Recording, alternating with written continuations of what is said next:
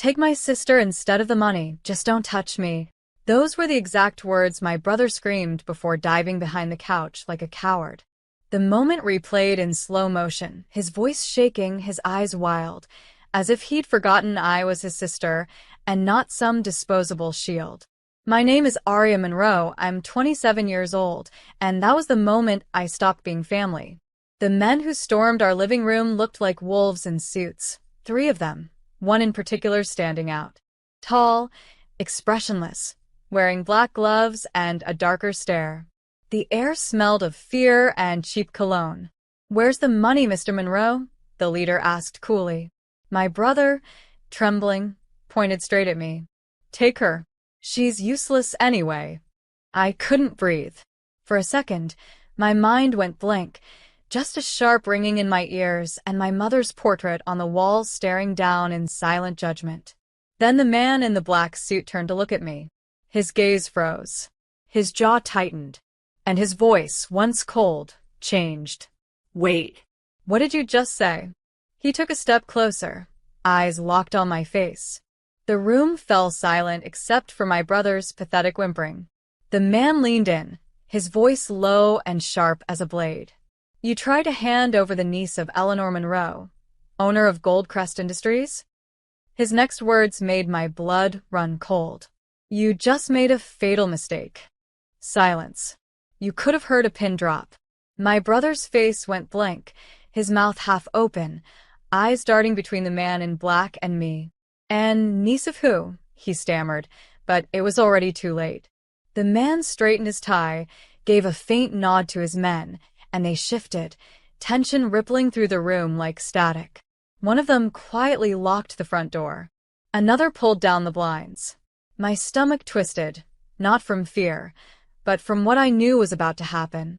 "You mean to tell me," the man said softly, almost amused, "you tried to sell her to clear a gambling debt?" He tilted his head toward me. "Do you even know who you're messing with?" My brother's voice cracked. I didn't know. She doesn't even talk to that side of the family." That was true. I hadn't spoken to Aunt Eleanor in 5 years. Not since she accused me of choosing my brother over the company when he drained our parents' savings. But even distance doesn't erase bloodlines. The man's demeanor shifted completely. He turned to me, his tone respectful now. "Ms. Monroe, I had no idea. Forgive the intrusion. We have other business to handle." I stared at him, stunned. "What kind of business?" He smiled slightly. "The kind that corrects mistakes." Behind me, my brother whispered, "Aria, tell them to stop." For the first time in my life, I didn't. They dragged him from behind the couch like a rag doll. My brother's voice broke into sobs as they pinned him to the floor. I didn't move. I didn't even blink. The man in black crouched down beside him. "You see, Mr. Monroe, there's a difference between owing money and offending power. You did both." He glanced at me briefly, a small, almost imperceptible nod, before continuing. "Goldcrest Industries is more than a corporation. It's a fortress. And you tried to barter the blood of its own." My brother kept screaming my name like it was a shield. "Aria, please. Tell them you're not with her anymore. Tell them you're broke, just like me." But I wasn't broke, not anymore. Not after years of swallowing pride and building myself back up, piece by piece, quietly working as a logistics analyst while he gambled away our parents' legacy. I looked at him and finally spoke. "You sold your soul the day you took Dad's watch to the casino. This is just the receipt." The man in black rose slowly. "We'll leave you alive," he said to my brother, "because death would be too kind." He turned to me. "Ms. Monroe, we'll ensure you're compensated for this inconvenience." I shook my head. "Keep your money." He looked intrigued. "Then what do you want?" I looked at my trembling brother. "Justice," I said, "and I'll deliver it myself." They left 15 minutes later, silent, efficient, like shadows that had never existed. But they didn't leave empty-handed. They took every ledger, contract, and loan document my brother had signed with their name on it. The moment the door clicked shut, the house felt different. Heavy, like the walls themselves had heard too much. My brother collapsed to his knees, shaking. "Arya, please," he whimpered. I didn't know they'd come for me like that. I stared at him, my pulse steady, my voice even. "You never know, do you? You didn't know when you emptied Mom's savings. You didn't know when you pawned Dad's medals. You didn't know when you nearly sold your own sister." He looked up at me, tears cutting through the grime on his face. "You don't understand. I was desperate." I crouched down to his level, the edge of my tone sharper than any threat. "No. You were greedy. There's a difference." He flinched, his gaze darting to the door like he expected those men to burst back in. "They won't hurt you again," I said quietly, "but they'll ruin you. Completely. Every debt, every lie, it's already in motion. They don't forgive betrayal." He grabbed my wrist. "Arya, please stop them. I'll change, I swear." I pulled my hand free. "You had years to change." I turned and walked toward the door. "For once, I'm not saving you," I said without looking back.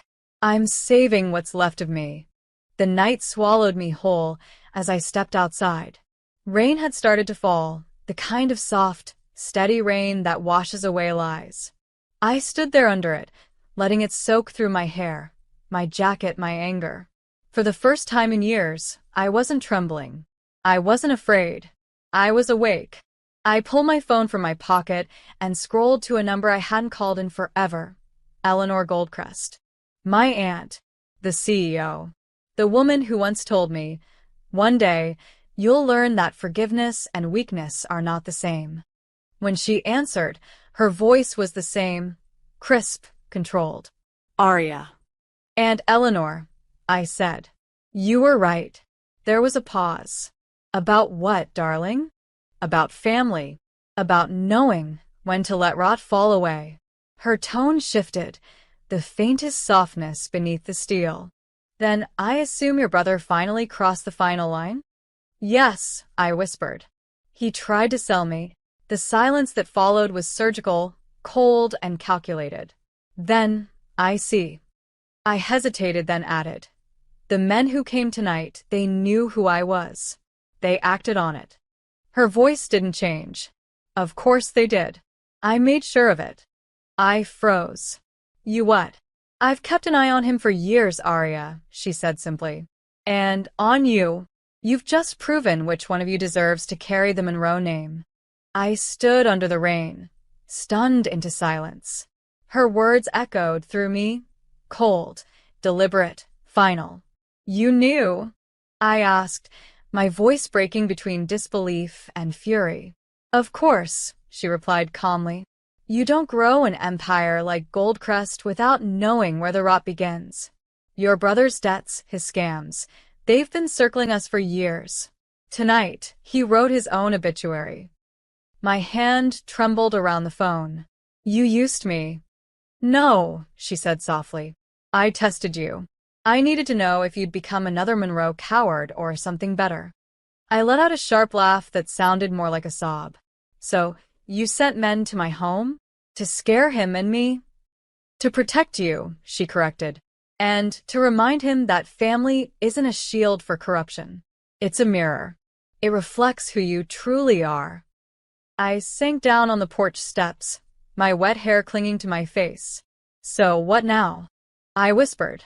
"Now," she said, her voice shifting into something almost proud. "You come home." "I don't have a home." "You do," she said. "Goldcrest was built by your grandfather, not by me. It's your bloodline, too. You've earned your place back. But you'll have to take it." I looked through the rain toward the dim house behind me, where my brother's shadow moved through the blinds like a ghost. "I will," I said. "But not out of revenge. Out of survival."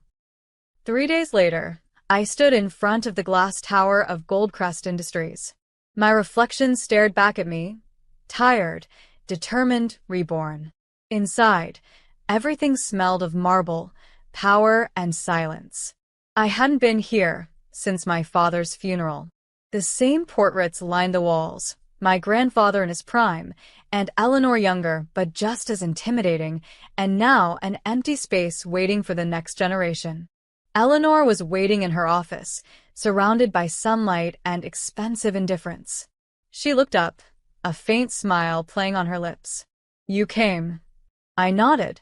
"You said it was time." She gestured for me to sit. "Goldcrest doesn't run on mercy, Arya. It runs on precision and loyalty.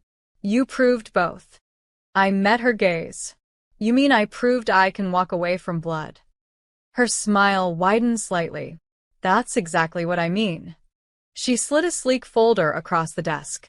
"Your brother's accounts, assets, and the company's shares father left him.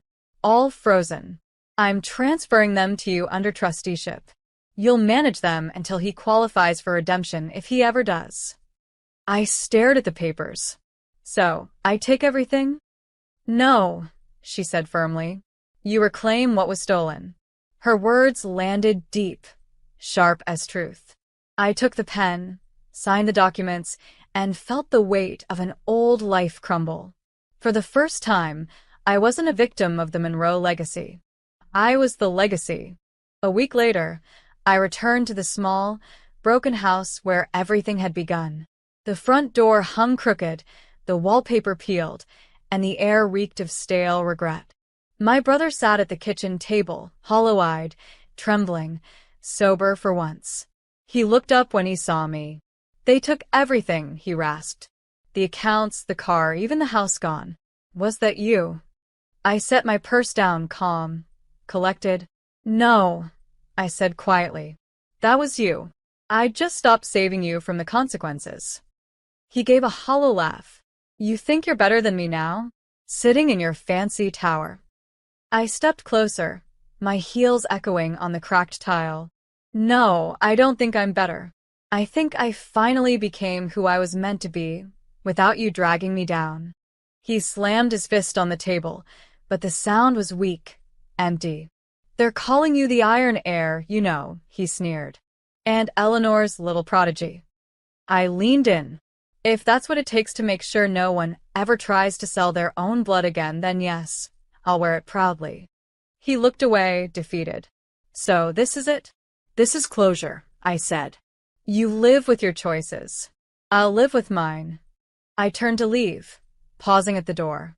"And one day, when you've paid every debt, maybe you'll understand the cost of betrayal." I walked out into the rain, free, untouchable, unstoppable. Nó mới đi được tất cả màu vàng năm chín con rồi. Đó. Đó. Đó. Đó. Đó. Đó. Đó.